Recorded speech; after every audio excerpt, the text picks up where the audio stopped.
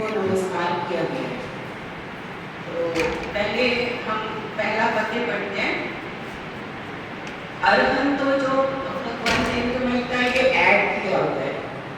ये जो मूल मंगलाष्टक में सबसे पहले श्रीमन नम्र यहाँ से स्टार्ट होता है, पर हम जैसे आपके पास अध्यात्म को जांच किए तो अरहंतों से ही लेंगे।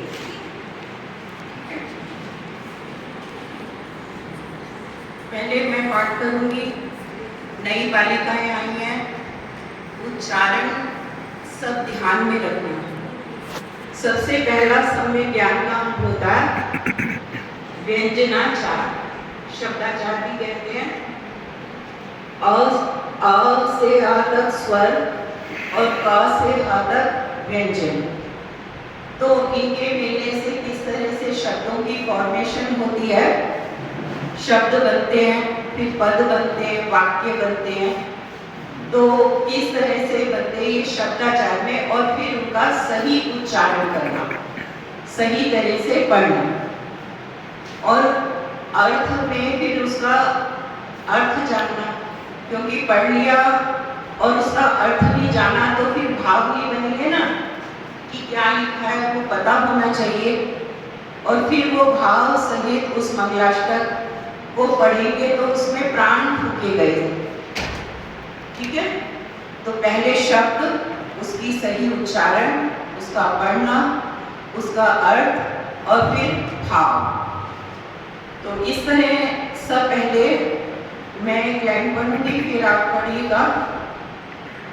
अरहंतो भगवंत इंद्र महिता सिद्धाष्ट सिद्धीश्वरा।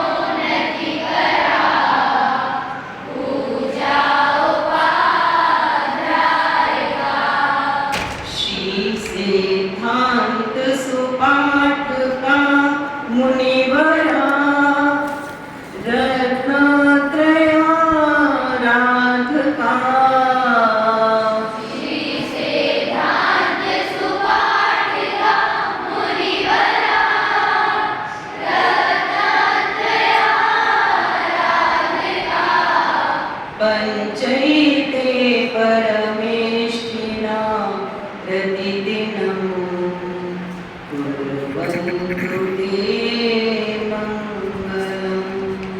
पंचैते परमेष्ठिना प्रतिदिनं कुर्वन्तु ते मङ्गलम्। अब इसके अर्थ जानेंगे। अरहंतो भगवंत, अरहंत भगवान, जो अरहंत भगवान है। इंद्र महिता, देवेंद्रों से जिनकी महिमा की गई है, पूजन की गई है, पंच कल्याणकों में बहुत उत्सव किया गया है, और गणधर आदि की महिमा करते हैं उनकी। तो 100 इंद्र, अभी हमने पढ़े थे 10th क्लास में, 100 इंद्र याद है आपको? कौन कौन से?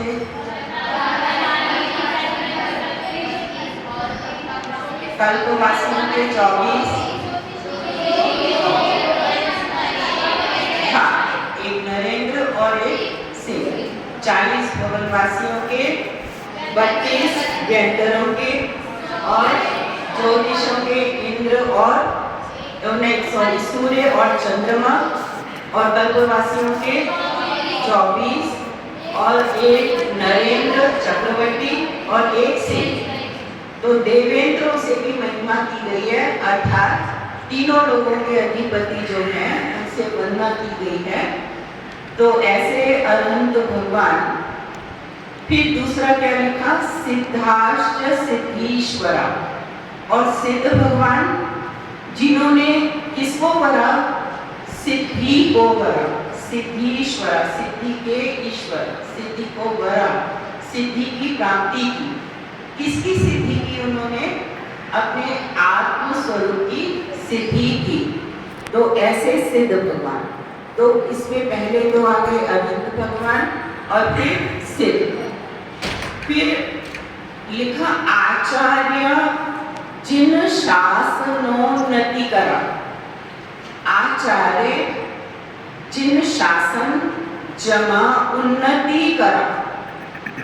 जो आचार्य है वो क्या करते हैं? जिन शासन की उन्नति करते हैं, निरंतर प्रभावना करते हैं।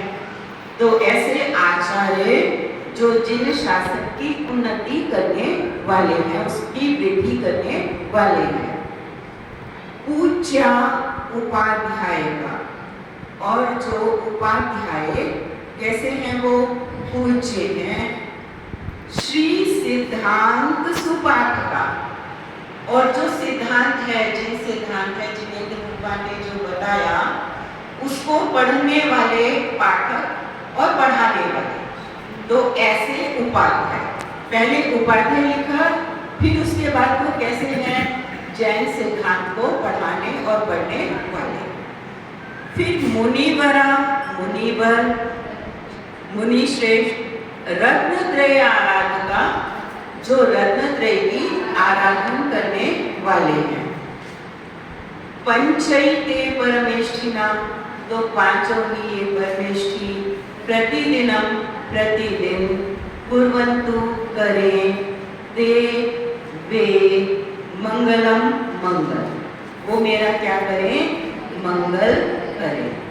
ठीक है, समझ में आया? पांचों परमेष्ठियों की वंदना है। और कोमलता आनी चाहिए जब आचार्य पढ़ते हुए पूजा, तो उनका बहुमान आना चाहिए, बहुमान का भाव आना चाहिए। तो उनकी महिमा की, इंद्रों ने भी महिमा की, अनंत भगवान की महिमा वहाँ आनी चाहिए। तो वो भाव मिश्रित होने चाहिए, शब्द, अर्थ और भाव। तो एक बार भाव सहित शब्द अर्थ को ध्यान में लेते हुए और इसका पाठ सब इकट्ठे करेंगे। तो भगवंत इंद्र महिमा सेनाश से ईश्वरा, आचार्य जिन शासनोन्नति करा, पूजा उपाध्याय का, श्री सिद्धांत सुपाठ का, मुनिवरा, रत्नत्रयाराधिका,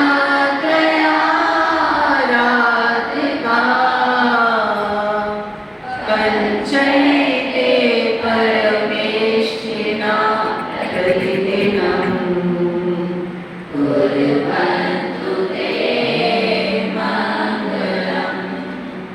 मंगल का मतलब पापों को गलाए, तो हमारे पाप नष्ट हो, है ना? पाप विसर्जन का भाव आए उस समय, और पवित्रता जो लाए, भावों में विशुद्धि आनी चाहिए। और मंगल क्या है? कि अपने जैसा कार्य उन्होंने किया, पंच परमेष्ठियों को ध्यान में रखे, वैसे ही उसी पद पर हम भी बढ़े।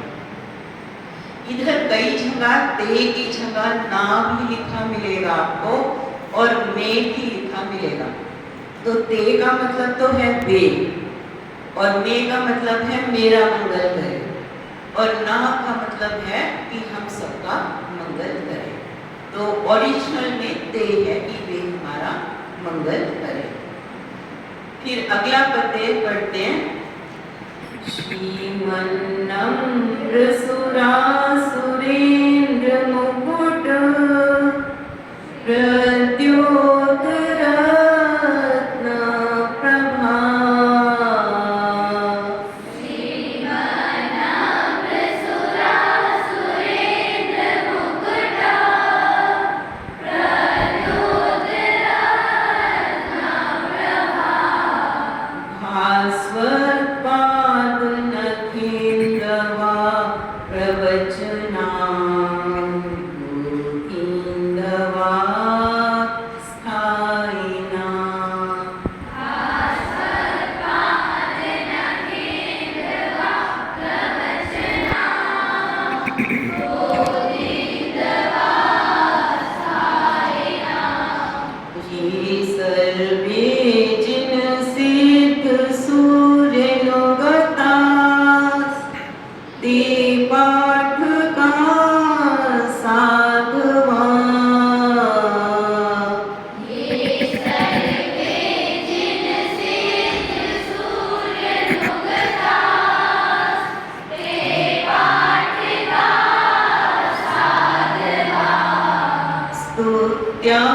योगी जनैश्च पंच गुरुवा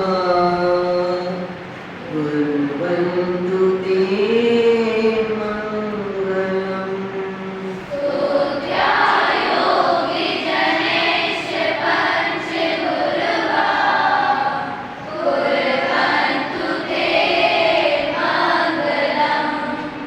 अब वास्तव में तो ये पहला पद्य है और इसमें पंच परमेश्वरों को नमस्कार किया गया।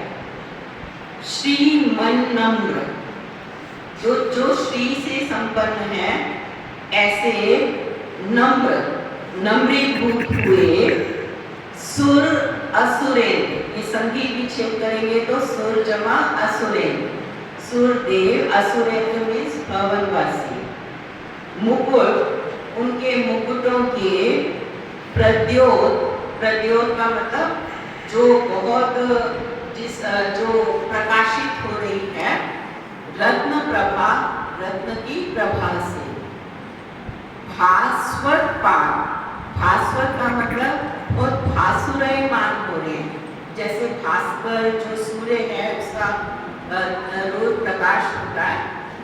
पाद, पाद का मतलब पैर, चरण, नख जमा इंदवा, नख का मतलब नाखून और इंदवा का मतलब इंदु, चंद्रमा, नख रूपी चंद्रमा। तो जिनके चरण कमल के जो नख रूपी चंद्रमा है वो बहुत भासुरयमान हो रहे हैं। किससे? जो सुर असुर जो देव हैं भगवान के चरणों में नतमस्तक हो रहे हैं, उनको ये मुकुटों में जो रत्न लगे हुए हैं उनकी प्रभा से और वो प्रभासुरायमान हो रहे हैं। तो नम्रीभूत में ना, तो अपने को भी भाव और पढ़ने में कैसा होना चाहिए कि नम्रीभूत होनी चाहिए, क्योंकि भगवान कैसे ये पंचपरमेष्ठी इस लोक में सर्वोत्तम है। ऐसा कोई जीव नहीं है जिसने इतनी सर्वोत्कृष्ट अवस्था को प्राप्त किया। फिर ये सर्वे जिन सिद्ध, ये जो सर्व सब जिन सिद्ध, जिनेंद्र भगवान सिद्ध, सूर्य, सूर्य कहते हैं आचार्य। फिर अनुगतास्ते, कि जो उनका अनुगमन करने वाले हैं, अनुगमन करके मार्ग पर चलने वाले हैं, ते वे पाठक उपाध्याय साधुआ साधु। तो पांचों परमेष्ठी आ गए ना, जिनमें जिनेंद्र भगवान, अनंत भगवान, सिद्ध में सिद्ध, सूरी में आचार्य, पाठक में उपाध्याय और साधु में सन्मुनिराज। स्तुत्या, इसको कई बच्चे पढ़ते हैं स्तुत्या, ई कहाँ से आ गया? ई तो नहीं लिखा ना यहाँ, तो क्या पढ़ेंगे? स्तुत्या, आधा स की साउंड आएगी, स की आधी साउंड आएगी। स्तुत्या योगी जनेश, और जो किससे भी बनते हैं, स्तुति करते हैं जिनकी योगी जन, तो योगी जन की जिनकी स्तुति करते हैं। पंच गुरुवा, ऐसे पांच परम गुरु, कुर्वन्तु ते मंगलम, वो हमारा मंगल करें। ठीक है, समझ में आ गया भाव? अब हम नेक्स्ट लेते हैं। एक बार इकट्ठा पढ़ें तो आपको और क्लियर होगा पढ़ने में, तो एक बार इकट्ठा पढ़ते हैं।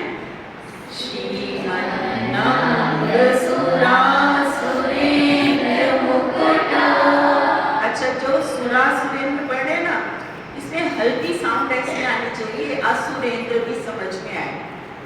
सुरासुरेंद्र ऐसे, श्रीमन्नम्र सुरासुरेंद्र मुकुट प्रद्योतरत्न प्रभा, भास्वर पाद नखेतवा प्रवचना, गोविंदवासायिना। इसका अर्थ है क्या? प्रवचन, प्रवचन जमा अंकुर कि प्रवचन रूपी जो सागर है, समुद्र है, हम लोग कहते हैं सागर को, और इंद्रवा का मतलब जो चंद्रमा है। तो जैसे चंद्रमा को का निमित्त पाकर जो सागर है उसमें वो उछलता है, ज्वार आता है। तो इसी तरह से जो प्रवचन रूपी सागर की वृद्धि करने के लिए किसके समान है? चंद्रमा के समान। तो जिनेंद्र रूपी जो चंद्रमा है, तो उनसे जो प्रवचन रूपी जो सागर है वो कैसा है? वृद्धि को प्राप्त होता है, उछलता है। तो स्थायी नाम उसके लिए स्थायी चंद्रमा, ठीक है। जी सर्वे जिन सेख सूर्य नुकतास, ते पाठ का साधवा,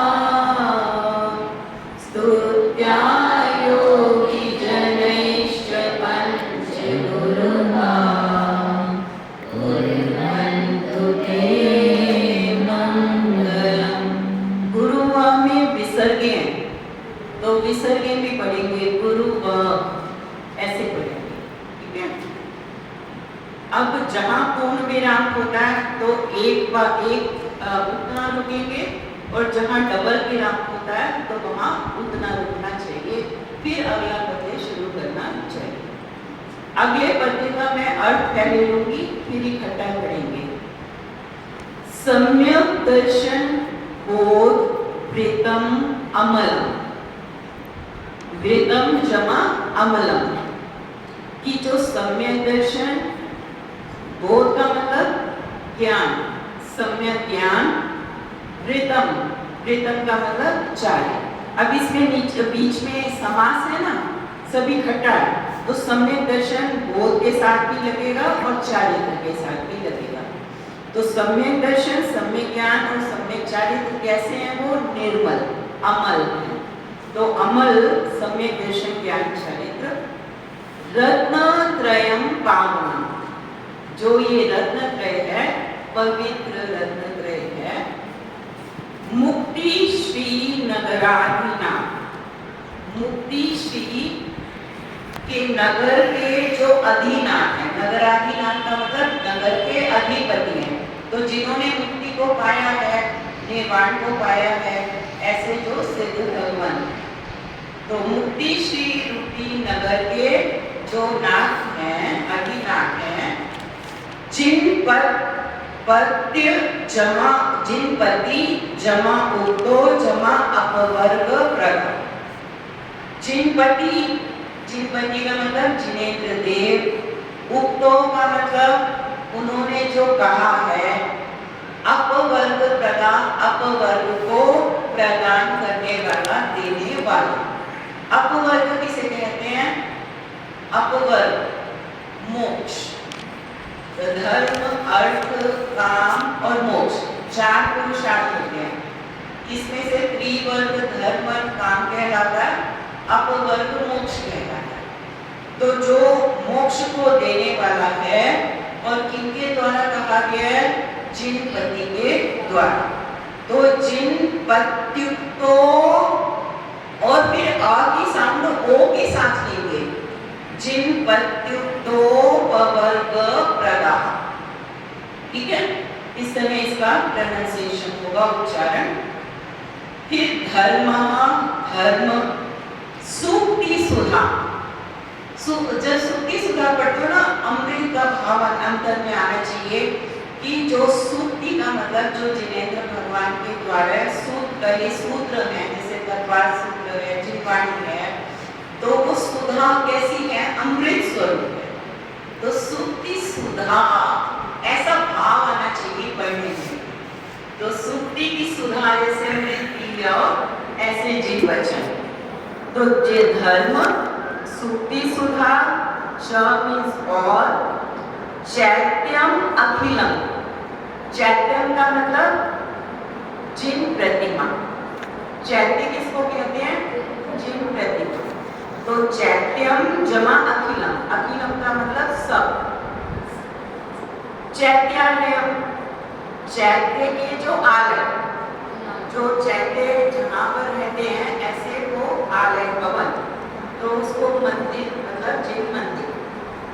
चैत्यालयम, फिर श्रेयालयम, जो कैसे हैं भव्य जीवों को आश्रय देने वाले हैं, ऐसे श्रेयालम या फिर श्री के जो आश्रय हैं वो वैभव के जो आलय हैं विभूति से संपन्न, तो ऐसे वो जिनाग है।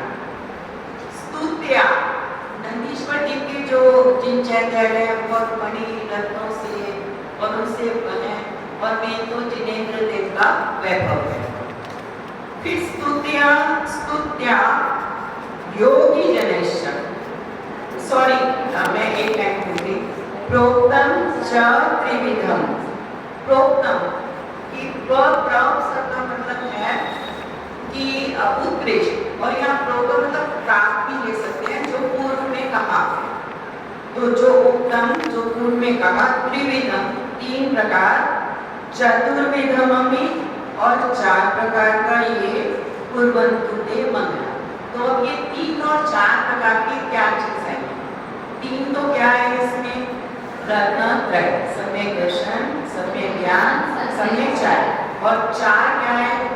धर्म, धर्म, जिन धर्म केवली भगवान के द्वारा कहा हुआ धर्म, फिर दूसरा सुक्ति, जिन वाणी, तीसरा चैत्य, जिन प्रतिमा, और चौथा जिनालय, जिन मंदिर। तो चार हो गए, तो ये हमारा मंगल करे। सम्यक दर्शन कहाँ लेकर जाएगा? सम्यक दर्शन को धारण करने वाला कहाँ जाएगा? मोक्ष में जाएगा। तो इस तरह से ये धर्म, जिन वाणी, चैत्य, जिन प्रतिमा और जिन मंदिर हमारा मंगल करे। अब जैसे हम यहाँ बैठे हैं और पढ़ रहे हैं, शाम को प्रवचन करते हैं, तो ये सारा हमारा कल्याण का मार्ग होता है ना यहाँ। तो ये चैत्यालय को आश्रय दें, और वो श्री के बहुत वैभव के जो आलय है। समझ में आ गया? अब हम इकट्ठा पढ़ेंगे और सही उच्चारण करना। जैसे वृत्तम है, इसमें डबल क है, तो उसकी डबल क की साउंड लेंगे, थोड़ा क पर स्ट्रेस देंगे। सम्यक दर्शन बोध अमलम रत्नात्रयम पावनम। पावनम कहने तो पवित्रता अंतर में आनी चाहिए, वो भाव आना चाहिए। मोतीशी नगराधिनाथ जिन पर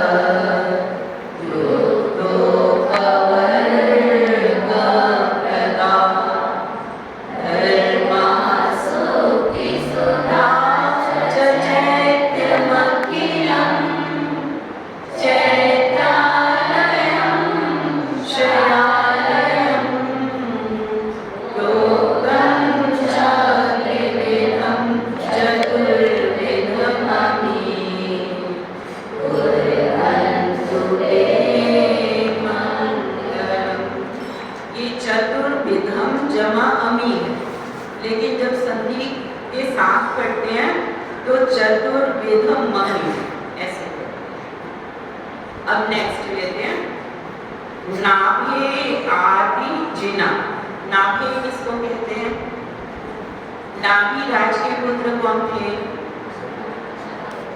ऋषभ थे। तो नाभे कौन हो गए? ऋषभ देव। जैसे कहते हैं राधा के पुत्र, ऐसे यहाँ पर किसके पुत्र? नाभिराज। नाभे आदि ऋषभ देव आदि जिनाधिपास। तो जो जिनवर हैं त्रिभुवन ख्याता, जो त्रिभुवन में तीनों लोगों में विख्यात है। ऊर्ध्व लोक, मध्य लोक और अधोलोक, तीनों में कैसे हैं? उनकी ख्याति पहली हुई है। चतुर्विंशति ऐसे 24, चतुर का मतलब 4, विंशति का मतलब 20, तो 20 और 4 कितने हो गए? 24। तो ऐसे चतुर्विंशति जो तीर्थंकर हैं वो हमारा मंगल करें। इस वाले पद्य में 63 शलाका के पुरुषों को मंगल हमारा करे, ऐसा भाव है। तो 24 तो हो गए 63 श्लाघा में पुरुषों में तीर्थंकर, 9 नारायण, 9 प्रति नारायण, 9 बलभद्र, 12 चक्रवर्ती। तो उनका यहाँ पर वर्णन है। श्रीमंतो भरतेश्वर प्रभृतयो, श्रीमंत जो भरतेश्वर आदि, ये चक्रणों द्वादश जो 12वां चक्रवर्ती है। द्वादश का मतलब द्वा का 2 और दश का मतलब 10, तो कितने हो गए 12, तो 12 चक्रवर्ती। 6 खंड के अधिपति होते हैं ना, इसलिए श्रीमंत लिखा है। ये विष्णु प्रति विष्णु, विष्णु किसको कहते हैं? नारायण। कौन थे नारायण? श्री कृष्ण और लक्ष्मण जी, वेरी गुड, लक्ष्मण जी, ऐसे नारायण नाम हुए ना। प्रति विष्णु का मतलब प्रति नारायण। कौन थे प्रति नारायण? रावण, रावण प्रति नारायण थे। और ये निश्चित होता है नारायण के हाथों प्रति नारायण का वध होता है। लोक में ये प्रसिद्ध है कि राम ने रावण को मारा, किंतु किसने मारा था? लक्ष्मण जी के द्वारा, और वो भी कालांतर में मोक्ष जाते हैं। रावण भी आपको मालूम है कि जब उन्होंने जो कैलाश पर्वत है वहां पर वो स्तुति कर रहे थे, और स्तुति करते हुए उनकी वीणा थी, उसका तार टूट गया था। तो उन्होंने क्या किया था? स्तुति में बाधा आए, अपनी नस काट के, और वो वीणा का उसने तार लगाया था, तार की तरह, और वो बंधना की थी। तो तब उनको ये तीर्थंकर प्रवृत्ति का बंध हुआ। उस तरह ऐसा कहते हैं। बाकी उन्होंने इस तरह स्तुति की थी, मतलब कहने का है वो बहुत धर्मात्मा जीव थे, लेकिन कोई कभी दोष होगा तो फिर इस तरह को न लगाएंगे। फिर लांगल धरा, ये वासुदेव, 9 वासुदेव हुए। और सप्तोत्तरा विंशति, सप्तोत्तरा का मतलब सप्त, और उसके बाद विंशति, विंशति का मतलब 20, तो कितने हो गए? 27। 9 नारायण, 9 प्रति नारायण और 9 बलभद्र, तो कितने हो गए? 27 हो गए ना। फिर कई काले प्रतिदास त्रिषष्ठी पुरुषा, कैसे बनाए देखो, सबका संधि किया मैंने। त्रैकाले काल में प्रतिदास जो प्रार्थना के योग्य हैं, और षष्ठी, त्रिषष्ठी का मतलब 63, षष्ठी का मतलब 60, त्रि का मतलब 3, त्रिषष्ठी का मतलब 63 पुरुषा। तो ये पुरुष, महापुरुष, कुर्वन्तु ते मंगलम, वो हमारा मंगल करे। तो एक बार इस पद्य को हम पढ़ते हैं। नामे आदि जिनादि पासे भुवन, इसमें ध्यान रखना, जिनादि पास, फिर त्रिभुवन अलग से बोलना, ठीक है? नामे आदि जिनादि पास त्रिभुवन,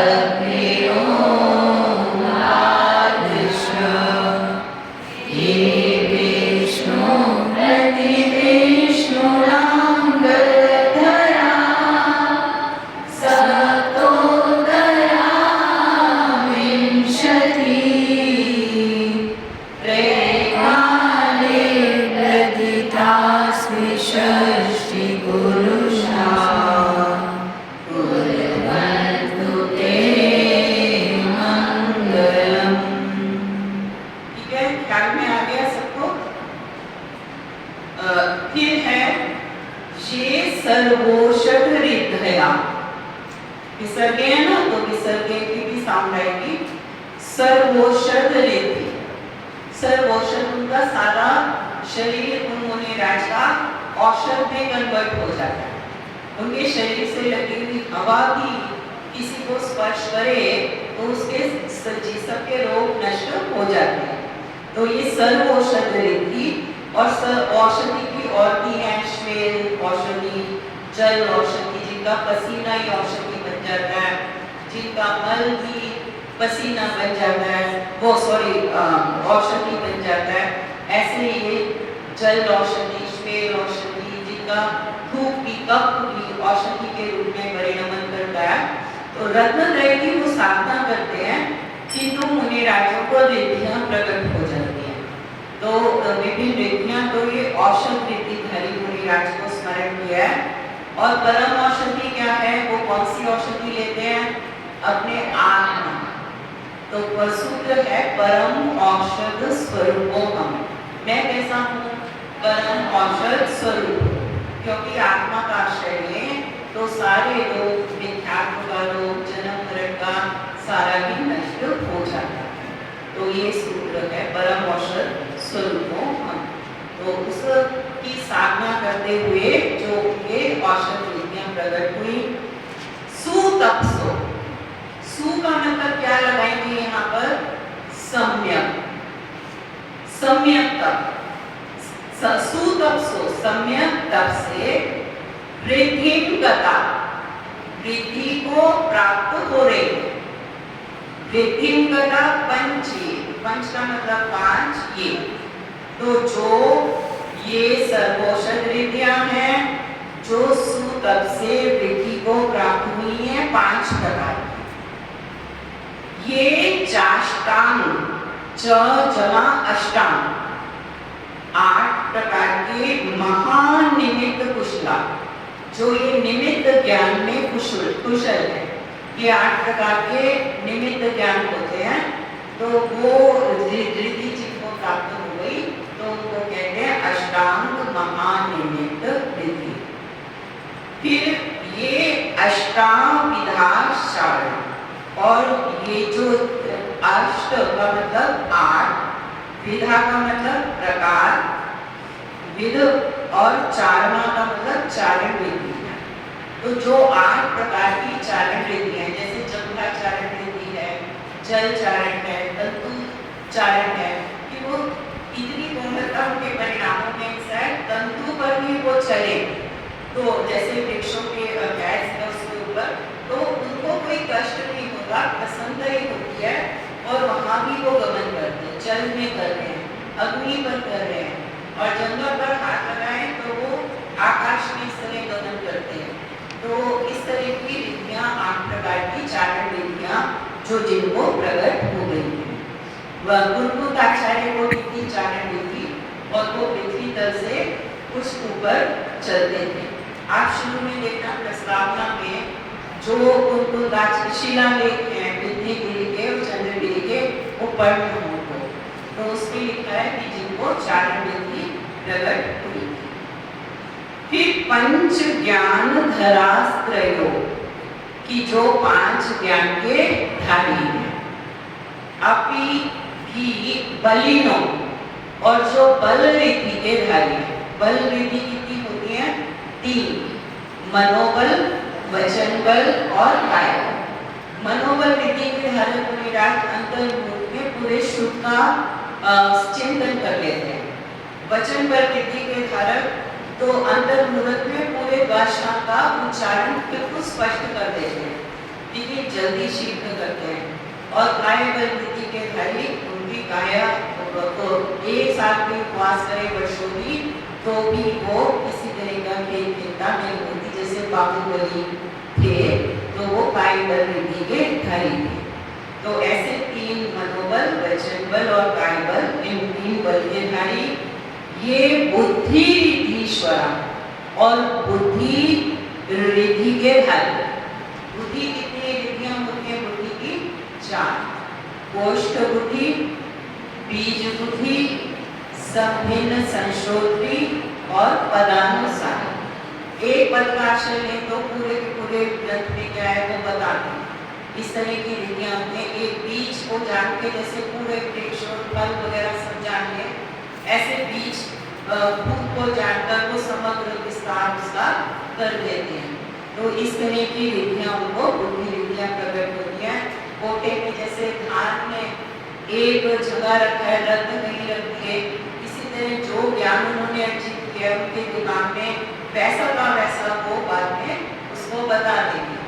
और संवेदन संशोधित को भी पशु मनुष्य सब बोल रहे हैं और फिर भी वो एक साथ ही उसको जान लेते हैं। तो ऐसे ही उनको रत्न के आराधना के साथ उनको सहज इस तरह के अभ्युदय से रिद्धियां प्रकट हो जाती हैं। सप्तई पे ये 7 प्रकार की रिद्धियां, सप्तई पे तो 7 प्रकार की कौन सी हुई? पहले कौन सी आई थी? औषधि थी। फिर क्या आई थी? अष्टांग निमित्त को जानने वाले। फिर तीसरा चारण थी। चौथी क्या आई थी? ज्ञान, पंच ज्ञान, ज्ञान की रिद्धि। फिर बल की रिद्धि आई थी और फिर बुद्धि की रिद्धि आई थी। ऐसे 7 रिद्धियों में सारी रिद्धियों को 7 में डिवाइड कर देते हैं। तो सप्तई पे ऐसे जो 7 हैं, सकल अर्चिता जो सबके द्वारा अर्चित हैं, ऐसे रत्नत्रय के धारी मुनिराज। गणभृता कई जगह लिखा होता है मुनिवरा और कई पाठों में लिखा होता है गणभृता। तो गणभृता का मतलब है गणधर देव और सारे संघ उसमें आ जाएगा, और मुनिवरा में सारे मुनि, तो उसमें गणधर देव भी इंक्लूड हो जाते हैं। तो दोनों ही ठीक है। कुर्वन्तु ते मंगलम, तो वो हमारा क्या करें? मंगल। अब देखना, भाव से पढ़ना, अर्थ समझते हुए पढ़ना, तो रस आएगा आपको पढ़ते हुए। ये सर्वोषध दया सुतपसो वैधिन्नता पंचये, ये चाष्टांग महानिवेद कुशला,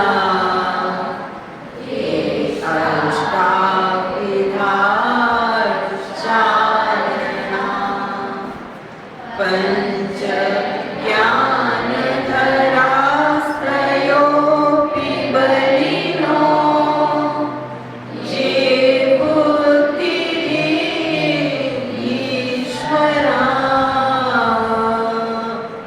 सप्तैके सकलार्चिता गणकृता, कुर्वन्तु ते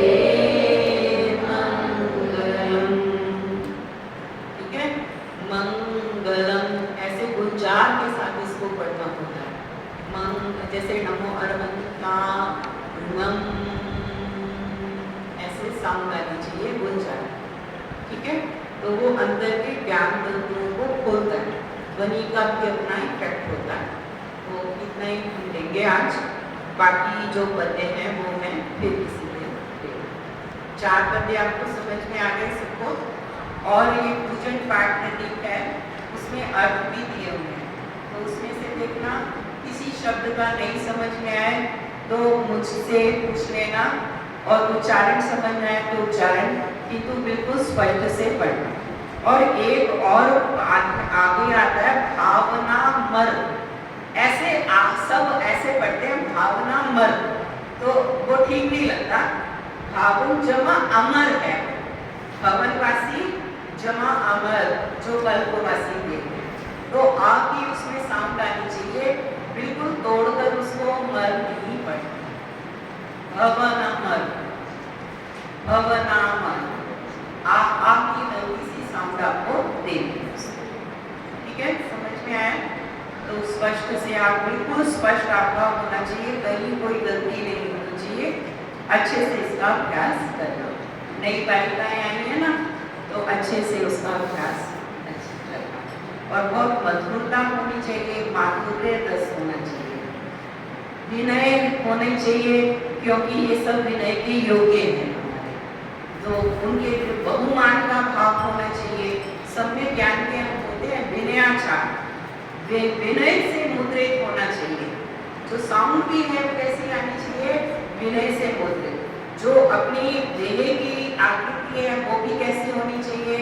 विनय और बहुमान के साथ, बहुत उनकी जैसे जय गान के साथ, तो उस वो सारे भाव और उनके गुणों में अनुराग, भक्ति का भाव, तो वो सारा इसमें आना चाहिए, तब रस आएगा। तो माधुर्य रस, मधुरता आनी चाहिए, वात्सल्य उनके प्रति, पंचपरमेश्वरों के प्रति, जिन धर्म के प्रति, वात्सल्य सहित, विनय सहित, बहुमान सहित, उनके गुणों में अनुराग करते हुए भक्ति के साथ जब तुम पढ़ोगे तो उसमें एक प्राण फूका जाएगा, और स्पष्टता के साथ पढ़ोगे तो उसमें सुनने वाले को भी बिल्कुल स्पष्ट हो जाएगी। तो इस तरह से आपको पढ़ना चाहिए, खिचड़ी नहीं बनाना, ठीक है ना, उसमें समझ ही नहीं आता क्या कर क्या नहीं है, तो आप संधि को भी अच्छे से जानकर और मंगलाष्टक में अच्छे से उसका पाठ सीखें, ठीक है। इसमें सम्यक ज्ञान के कितने अंग आए हैं? पहला अंग आया शब्दाचार, व्यंजनाचार, दूसरा अर्थाचार, तीसरा उभयाचार भी आ गया, विनयाचार आ गया, बहुमानाचार आ गया, और फिर उद्धानाचार, उच्च करके उनको भावों में कर रहे हैं, कालाचार, उचित काल में सुबह पठन करें, वैसे जब मर्जी पढ़ सकते हैं इसको, पर मैं इसमें एक और आगे आएगा, उसमें आता है तीर्थंकराणाम मुखार, कई जगह लिखा है उषा, तो उषा का मतलब होता है प्रातः काल, और मुखार तीर्थंकर के मुख से, तो तीर्थंकर तो ये मंगलाष्टक ऐसे नहीं गाएंगे, उषा वहाँ पर सही है। जब मैं लूँगी अगली बार तो फिर वो स्पष्ट आपको कर दूँगी, अगले संडे में लूँगी इसको, तो वो कंप्लीट हो जाएगा, ठीक है। पंचपरमेष्ठी भगवंतों की जय हो, 24 तीर्थंकरों की जय हो, और किसकी जय हो? किसकी? धर्म, जिन धर्म की जय हो। और क्या पढ़ा था? जिन वाणी, जिन सुक्ति सुधा पढ़ा था ना, जिन वाणी माता की जय हो, और जिन चैत्यों की जय हो, जिन जिनालयों की वंदना, वंदना।